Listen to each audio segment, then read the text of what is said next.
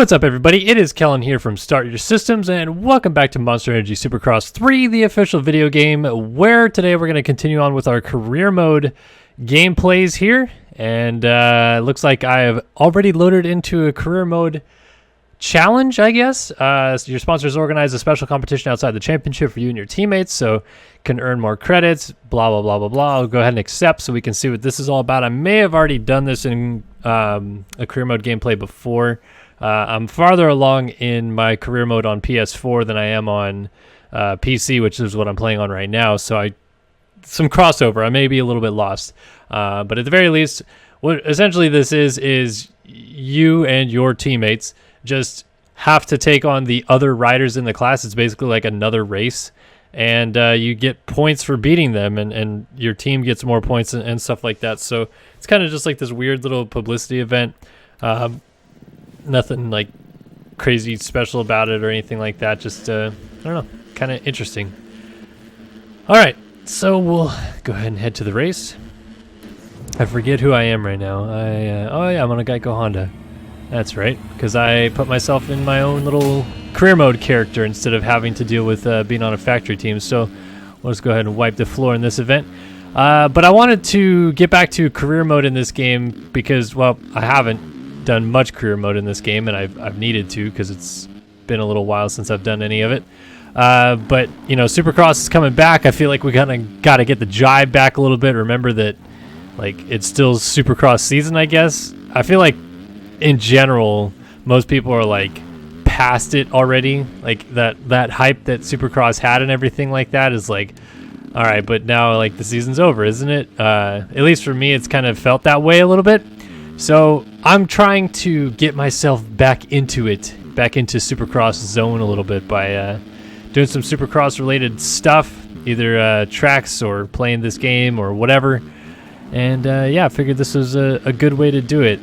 I wanted to also use this video to further, I guess, detail some of the newer things that we've learned about the return to racing in Monster Energy Supercross this year, because I did a like Supercross is finally back video, and I did have some, you know, pretty relevant information, but a lot of new information has come out since then, so just kind of wanted to highlight a couple of those points.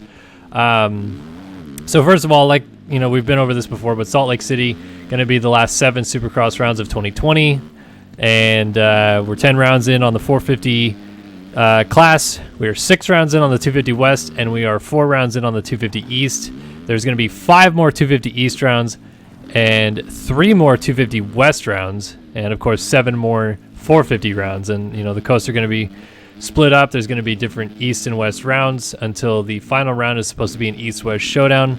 But I believe, if I'm not mistaken, the East-West showdown will just be the top 20 in points in both series at that point. Haven't got further clarification on that yet, but Feld, with more specifically Sean Brennan, who is, I believe, their like media coordinator, I believe his title is, and Dave Prater, who is the vice president and director of Feld Entertainment, or Feld Motorsports 2 Wheels or something like that, because obviously they have a 4-wheel motorsports department with Monster Jam. They did a call with a lot of media members, and there's a lot of questions that were being answered, and I'm sure you guys have seen some of this around. We've had some information up about it on racetracksonline.com, but I've also seen other, you know, media sites putting out more information about it. So I kind of wanted to just air out some of the things that did come out of this conversation and the subsequent, you know, release of some more updated notes from Feld about kind of how they're going to run everything when it comes to the event. So I'll start off by kind of answering a couple of questions that I've seen come across on the channel since I made that Supercross video. And I think maybe the biggest one that I saw a lot of was, yes, the track is going to be changed, not 100% all 7 times, but they are not going to run the same racetrack 7 times in a row to end the season. There are obviously going to be restrictions about, you know, how much timing they have to set jumps and move lanes and stuff like that. So I would imagine the bigger gap, which is from Wednesday to Sunday, there will be more effort put into actually changing the track around, whereas the Sunday to Wednesday gaps, which are a little bit shorter, they're a day shorter, may just incur of the the lanes staying pretty similar, but maybe the start, just switching around and it goes in opposite direction. They change the jump configuration in each rhythm lane or whatever, but they are trying to at least change the track to some degree every week. It's not going to be a complete overhaul. It's a small stadium. They're not going to go outside of the stadium every time, I would think. So we'll see track changes, but we won't see overwhelmingly different tracks, I would say. And I think you can kind of expect that when we go to a stadium like Salt Lake City, because it's not Glendale. It's not huge. It's not a baseball stadium, which offers so much more possibilities of configurations, things like that. So yes, they are going to be doing different track layouts and designs. Another thing is protocols. A lot of protocol questions were brought up on the channel last week regarding the video. So essentially what they were approved for, it sounds like, was about 900 people on the perimeter, 400 people in the stadium at any time. I'd imagine that comes directly from Utah governor in, kind of an order in that sense, that this is how many people are permitted. The understanding is that they got a lot of, leeway, I guess, with Utah, and some other states were not as forthcoming, which is kind of where we are with this situation right now. But they will be testing everybody that is going to be on the perimeter, regardless of whether they enter the stadium or not. They'll be testing them for COVID-19. And they have said that you can leave the state if you want in between races, which is a really tight and narrow window, and I don't think many people are going to take advantage of that unless they're the elite of the elite. But they can leave. They can come back, but they will only be allowed to race the next event if they are retested for COVID-19 within or before 48 hours before the next race. So if you leave Sunday night after the first round, the next round is coming up Wednesday, and you spend all day Monday, whatever, you get drunk at the pool after winning or whatever, and you get on a flight a little bit too late, you get there Monday evening, the next race is going to be Wednesday, late afternoon. By that point, it's too late. You missed your window. It doesn't matter, how it works. They're going to be really strict about that kind of incubation period, I suppose. So that 48-hour window is like a hard deadline, and they're going to try to stick to that. It was interesting to me that it was a, out-of-state only order and not more of like a weird, kind of like county confinement order, I guess. But it's going to be already tough enough for them to track where everybody's going. For the most part, I think it's pretty easy to tell when somebody leaves the state. And they're going to have to abide by agreements that they sign where they say, yes, this is where I'll be going, or this is what I'll be doing. I believe everybody has to disclose the location in which they'll be staying. For media purposes, I am not going, but Jason Wygant with RacerX is going, and then Aaron Hansel with RacerX is also going to be going to some later events. I believe Steve Mathis is going to all the events as well, and he does, obviously Pulp MX, but he works with RacerX as well.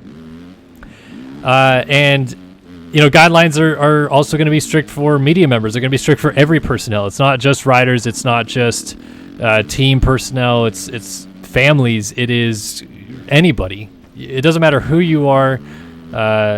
If you're there to provide food for people, they're going to test you. So, this is a universal thing that they're trying to kind of combat, I guess, by getting out in front of it and saying, like, no, we are being diligent. We are taking care of stuff. We aren't just sitting on our hands and letting people run rampant all over the state, all over the country, come back and race these events. They're being very, very strict about it. And with that, you're going to see a lot of these same protocols that have been recommended by the CDC for general public. There's going to be masks being worn. There's going to be social distancing taking place. There's going to be, different locations of the stadium that people can or can't be at, and different things like that. And it's going to look really weird, like if you watch the NASCAR race this past weekend from Darlington, you'll notice that Mike Joy and Jeff Gordon were not sitting next to each other. They were in separate booths calling the race. And, obviously they did, I think, a better job than when they were sitting in different living rooms from each other, and it was a little bit, different in that situation when they're calling iRacing events. But now they're sitting in different booths. I don't know for a fact that that's exactly how it's going to work with Ricky and Ralph, but they did make it a mention that, this is going to be more kind of, I guess, like everybody's going to be in pairs. So whoever your chosen group is, yes, you can be close with them, but outside of that, no, there's no mingling, there's no hanging out with other people. Like, you have to stick with strict guidelines and stuff like that. So again, they're just trying to adhere with as many rules as they possibly can, so they don't appear to be doing the wrong thing. I know people have different opinions about this whole thing, and I'm not going to get into that, but they have to, at the very least, appear like they're taking every action possible to prevent this from spreading. Now, the question I saw that was raised too was, what happens if someone tests positively for COVID-19? And the cold hard answer is they're like done, I would say. Like, not Feld, but that rider. Feld has expressed a desire to finish what they started, essentially. If they can only get so many rounds in, they said that's what it'll get to. They don't really want to push back the outdoor season or anything like that. Which, another question that I saw was kind of brought up a lot was, way to go, Feld, you're kind of crapping all over Supercross. Motocross. Well, they're not. Motocross actually has been working very closely. MX Sports and Feld Entertainment have been working very closely together to make this happen and get, the athletes kind of a fair trade-off of races and everything like that. And MX Sports, before this Feld announcement was released, had already announced that the national schedule would be pushed back to July 4th. And there hasn't been further announcements from that, as they're still trying to work out scheduling for all that. But this wasn't just like they're jumping on the Nationals' toes. Like, they have worked very closely with them this entire process. So just kind of wanted to bring that up. But another thing that I saw that was kind of frequent too was how much this is kind of like screwing the riders, I guess, and the AMA not caring and all this stuff like that. I mean, I said at the beginning when this announcement was going to be coming, and put out a video that said Supercross returning ? I think, and this announcement was supposed to be coming and blah blah blah. How poorly I thought Feld had handled this from a announcement standpoint, where they just were so uninformative with all information about the series, what they were kind of trying to do with it, how they were going to go about moving forward. Were they going to try to get it in before outdoors? Were they going to do this? Were they going to do that? They just were leaving so many people in the dark, and it's, I think, made the appearance to the general public that they've done a lot of kind of screwing over of everybody, like they just made a rash decision by themselves. But the reality is that's not the case. They've just been piss poor about publicly portraying it. They've been very closely talking with all the teams and riders and media personnel, all these different people who would be affected or, at this event, into getting a plan established so that we can go racing again. So this is not just a random decision. This has been a lot of, hard work on their end, and they, kudos to them. They made it happen, or so far at least they've made it happen. We haven't got to Salt Lake City yet. Who knows? But, at the moment, teams and riders are packing up and heading to Salt Lake City. And they're going to be in, some people are staying in approved Airbnbs, hotels, different things like that. When exactly things go sideways, I don't know. But I feel like at some point we're going to have like this weird kind of major shift in dynamic with everything, I feel like, because this isn't, I hate to say it, but this isn't like a really, really big sport. It is big, but, like in NASCAR, you can pretty well keep track of everything that's going on. I feel like Feld and most people just like don't even know privateers that exist in the back of the pits, and some of them are going to have to come and race this event, and like it's going to be a different story keeping track of all of them suddenly. So kind of curious to see how that works out.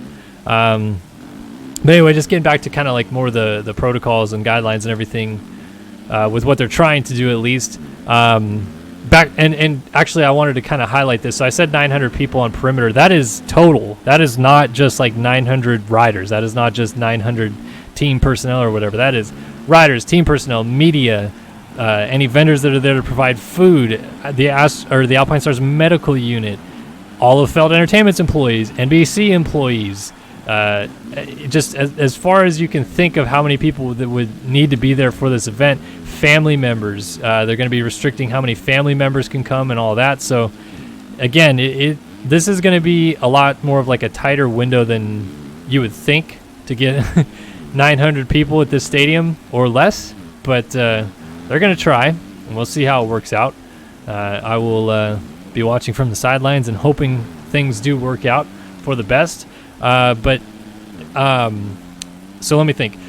Briefly talked about if someone caught it, and yes, if someone did catch it, they have established a protocol for they can only, I think it was something like they have to have a fever for 48 or no fever for 48 hours straight or something like that, and then they can be retested. So yes, if Eli Tomac, if Ken Roczen, if any one of these big guys that are in the midst of the championship fight test positive for COVID-19, that is going to be just about detrimental to their championship as it gets. Like, they have to go through a very, strict window of protocols to get their clearance again to race. If they test positive, you know how that thing goes. Like, it's not just going to go away in a day or 2 days or whatever. Like, they have to get through it all, and they're going to go racing with or without them. So this isn't like a situation where it's like, oh no, our star rider Eli Tomac, he's got the COVID-19, let's stop everything and go back to waiting this out until everybody's healthy again. They have expressed a desire to just bulldog through this thing and get it done, which again was more of a from the team standpoint, what they were trying to do all along. They didn't want to go national racing first. They didn't want their riders, their stars, to go outdoors, race 24 motos, or at least now because Hangtown was canceled, 22 motos, potentially get hurt, or potentially have some other damages or whatever, or even have their morale affected. Let's just say, for example, they did go outdoors first. Eli Tomac, again, completely hypothetical situation, but Eli Tomac gets demolished outdoors by whoever and comes back indoors and doesn't have the same kind of mojo that he had before. He's a little bit more beat down from the season, and whoever just won the championship outdoors has got all the momentum on his side, comes back and wins the championship. Like, that is not an unreal thing to think about in this scenario. And these teams are like, if you're going to get racing in it all, let's do it in order. Let's make this happen the right way.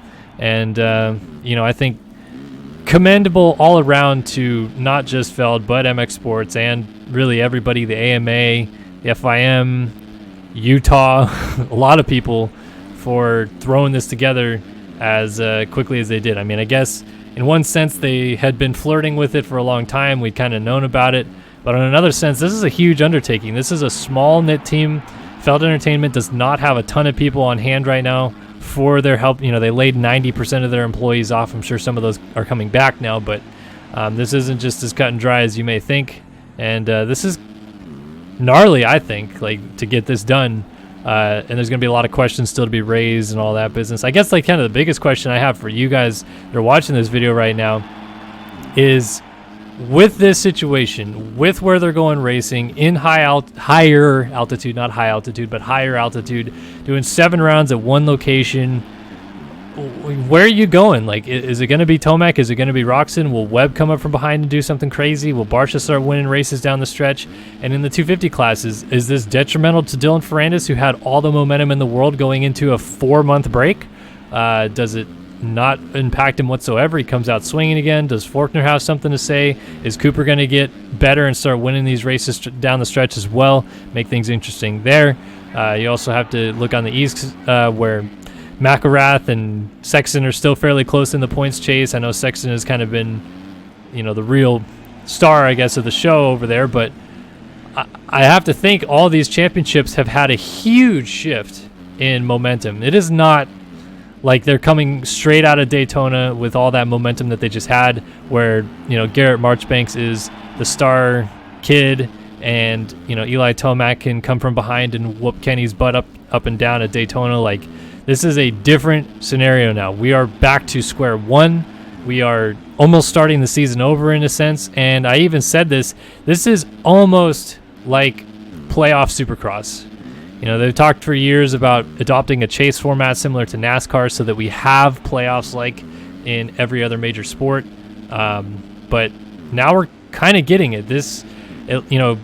It's not so much for the 250 East, because this is really just kind of halving their season. It's like a halftime for the 250 East Championship. But for the 250 West and the 450 class, it is like, the back half of their season legitimately. There's only 7 rounds left in the 450 class. There's only 3 rounds left in the 250 class. it is playoff Supercross. It is, no holds barred, quick successive racing with, I would think, kind of meaningful momentum shifts in rapid pace environments. Like, this is not going to be crap, he beat me, I've got a whole week to sit on it and let it stew in my mind. Like, you are back racing 2 days later and you've got to perform again, and this is going to be nuts. And that's actually brings me to another point. I see a lot of people also discussing how this is harmful to racers to go 2 times a week essentially and race Supercross. The reality is that's not true. A lot of people have expressed that this is almost kind of easier for them because they don't have to have this weird high of highs and then swing it back to like low of low the next day and then try to build themselves back up to the next race. Like, they just kind of go race and go race and go race and go race. Like, yes, a 20-minute main event is very difficult and very physically challenging, but it is not so challenging that it just completely drains them of energy for an entire week. They're back to usually full training by Tuesday when they race on a Saturday, and they're going to be racing on a Sunday and be racing again on a Wednesday and then be racing again on a Sunday and stuff like that. And by all accounts, basically everybody we've heard from, every athlete that I've had the chance to speak with as well, has said that is not going to be a problem racing 2 times a week. They are ready to go for that situation. They train for situations that are much more intense than what they race, and I don't see that being a problem. If anything, I think it's a harder issue for teams, because if someone has something, go really wrong with their bike, I don't know, like that turnaround is going to be quite different and difficult. For basically every manufacturer that's here, they have factory parts that would be coming from out of the country. That is every manufacturer here, with all the Japanese brands coming from Japan, Austria, with KTM and Husqvarna. That's going to be something that will probably impact them as well, because what happens if a frame cracks, like so that's super rare, or a swing arm breaks, or a linkage is broken, or anything like that along those lines. Different situation for teams, because that turnaround is a lot more difficult to get those parts. So I think it's a little less fair for teams than it is for riders, and I don't think it's really that unfair for any of them, because they've been knowing about this plan for a long time. They've had a month or so to kind of prepare for this situation. When I went to Pro Circuit to film behind the scenes at Pro Circuit Video with Steve Mathis for RacerX Online a couple weeks ago, Mitch Payton was even talking about the meetings that he was having with Feld that day about what the plans were and all those things like that. So this isn't spur of the moment situation at all. These guys knew this was coming, and at this point I think it's really just down to getting everybody there safely, getting everybody through. The protocol is okay, with no mishaps, nobody falling ill. Hopefully they won't, and we get the opportunity to go racing. I did see another question that was brought up as well about health issues, I guess, in this sense, where normally speaking, if an athlete is ill, not COVID ill, but they have the flu, or they have just a common cold or anything along those lines, obviously they have more recovery time in between races, but they're also not dealing with this situation where there's a pandemic all around them, and then they have to try to get themselves ready to go and race in the middle of that. To the best of my knowledge, that is not going to stop anything. If someone comes down with a cold and they have the sneezes and coughs and all that stuff, I don't think that they're going to be like, and we're done, like, pack it in, we don't want everybody getting affected by this cold and then someone else gets it, or like, if it becomes a situation where the COVID-19 is spreading rapidly through the pits, then yeah, I think they fold up. But just common cold or illnesses along those lines, I think they're just going to tell the riders, you got to muster through it, whoever you are, and hope for the best, and make sure that drink lots of fluids, lay down when you can, and the same things that your mom tells you and stuff like that. But they're not going to make the whole thing come crashing down because someone's sneezing a little bit. So just saw that question asked, so just wanted to kind of touch on that a little bit. I think I covered most everything. Trying to think of any other things that were brought up in this. I know that people were asking about like certain riders and whether or not they're coming back. We are at Racer X are kind of struggling to figure out what's going on with Marvin Muscan. He is not back on the bike yet. We can't get a hold of him. He's gone kind of silent. He did race that, Supercross 3 event, but not sure what's going on there. So Marvin is not going to be racing Supercross. I think that was kind of really just known all along, but I know a couple people were asking about that. But people like Joey Savacci, who were injured coming into the season and were maybe going to come back in the latter half of Supercross anyway, his whole thing is he's getting ready for Supercross right now. He wants to race these final 7 rounds, which is, I think, huge because JGR needs a shot in the arm after all this Suzuki R&D talk that's been going on and different things like that. But Savacci obviously hasn't scored any points, and the question was raised, well, they're going off of top 40 in points. But the difference is, in the 450 class specifically, there are people that race the 450 class that would prefer to race the 250 class and likely will. So that already knocks down the total tally of people, but only 37 people had scored points in the 450 class in the first place.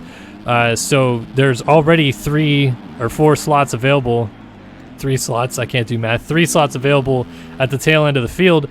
And the next thing that they would go to for inviting riders to this thing is national numbers. And obviously, basically 1 through 16 has already been taken and is already occupied and will be at these events because they've already scored points this year or whatever you want to call it. Savacci's number 17, so I'd have to imagine he falls pretty high on this list in terms of probably coming back pretty quick into this group, and I'm sure he'll be invited. Like, I can't imagine that would be a situation where if he wants to race, they'd be like, no, Mr. Joseph Savacci, who's almost won a 250 title before and has won 250 races and was Supercross Rookie of the Year last year. Sorry, you didn't score any points this year, so you're SOL. Like, they're gonna have the stars there at the end of the day. So, yeah, and so to further clarify what I was just talking about too. The next thing that they would do in terms of inviting people, if they go through all the national numbers in order from 1 through 99 essentially, and run out of people still and they need to fill spots, then it goes in order of overall combined qualifying results from earlier in the year. So people who, don't necessarily you see make the mains at all, they're probably guys that finish, 15th in the heat, end up, 30th fastest qualifier or whatever. If that person out-qualified a bunch of other people, he may get invited over those people. And I guess you could say that's a little unfair because some people do make night shows but probably won't get invited. But this is just the way the cookie's going to crumble. They're not going to fiddle around with it and invite 400 riders and expect it to work. They have to kind of cut a hard line somewhere. If they in this scenario, if they only have the 250. Let's say first round, they only have the 250 East and 450 riders show up. That's 40 in both classes, 1 mechanic each. That is already 160 people occupying, that group. That doesn't count the other mechanics associated with the team. That doesn't count any personnel on the floor. That doesn't count any of the media people or Feld personnel or anything like that. That is just riders and mechanics, and that's just one night of racing. So they're not going to be like, let's invite 80 people in both classes, and I'm sure that'll be fine, no big deal. So they have to stick to some stricter guidelines, of course, and I think that so far everything I've seen has been pretty well buttoned off, which is good to see because, I don't know, I want to believe to the fullest that our sport is professional and well ran and all those things like that, but I see far too many scenarios where our sport looks like your local mud race and everything else looks like the shining, pristine, major superstar sport it is these days. And, I'm glad to see that for the most part they've got everything pretty well buttoned off with this situation so far. Things may change. We still have 13 days until the next race. So, I don't know, we'll see. But hopefully, at least the way things are going right now, it's looking pretty good. I guess I could cap this discussion off with another question that's kind of a big one that I saw a lot of people asking was altitude, and particularly altitude sickness, which Jason Anderson deals with a lot. He is notorious for flying in the day of Salt Lake City Supercross, flying out. It's kind of ironic that his first ever Supercross win was in Salt Lake City, and now he has so much problems with it. But the same thing goes for Thunder Valley, fly in the day of, fly out the day of. But Feld spoke with Rockstar Husqvarna and they were assured by Rockstar Husqvarna that Anderson would have it under control. What that means, I don't know. I really don't. There are different, drugs and prescriptions that he could get that could help him with that situation, but a lot of that stuff falls on a no list, I'm sure. Does he get a TUE? I would imagine that falls into a situation where they're like, we probably should give this guy a TUE or else he's just going to never be able to race these events. Or maybe Anderson has done more high altitude training and got used to it. That's not out of the question either, that he just, physically started working his body out at higher altitudes. I don't think that's the case. He lives in California with Tommy Tenders and all the Team Fried boys and stuff like that, but maybe he did get a wrap on him. We have no idea. All we know is they're going to go racing on May 31st. We're going to get Supercross back racing, and hopefully this thing runs without a hitch. I really do hope we get all 7 of these rounds in. I hope nobody gets hurt. I hope that the racing is good, and I hope that we can, definitively crown a champion at the end of this year. I have already gone on record in saying that had the season ended now, I don't put an asterisk by anybody. I'm not going to put an asterisk by anybody, if the season goes 4 rounds and then it has to be canceled or anything like that. These guys know what they're up against now. They've had the longest spring break you can imagine in preparation or in vacation or whatever you want to call it for this situation. And it's go time.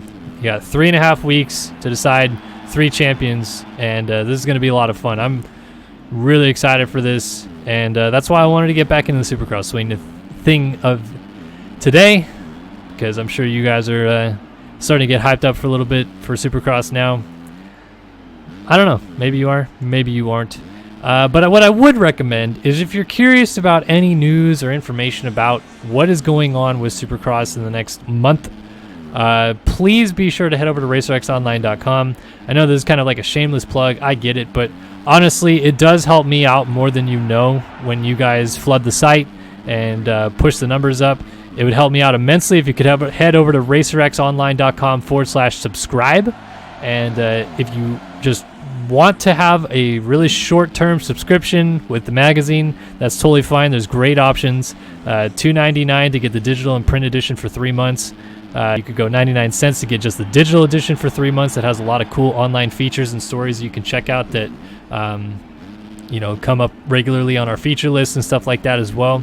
But please head over to racerxonline.com and check out what we got going on over there. I'm trying my best to help out the crew and keep information flowing over there. They're doing a fantastic job daily, and keeping you guys updated with information. Obviously, Weege has always done a terrific job, but our glue to everything, Mitch Kendra, has been solid as a rock during this whole situation, and it's been a lot of kind of crazy days of content the last couple days, and we're trying to get as much information out to you guys, so definitely go check that out. But I appreciate you guys watching another video here on Start Your Systems, and as always, I hope to see you guys in the next one. So long for now.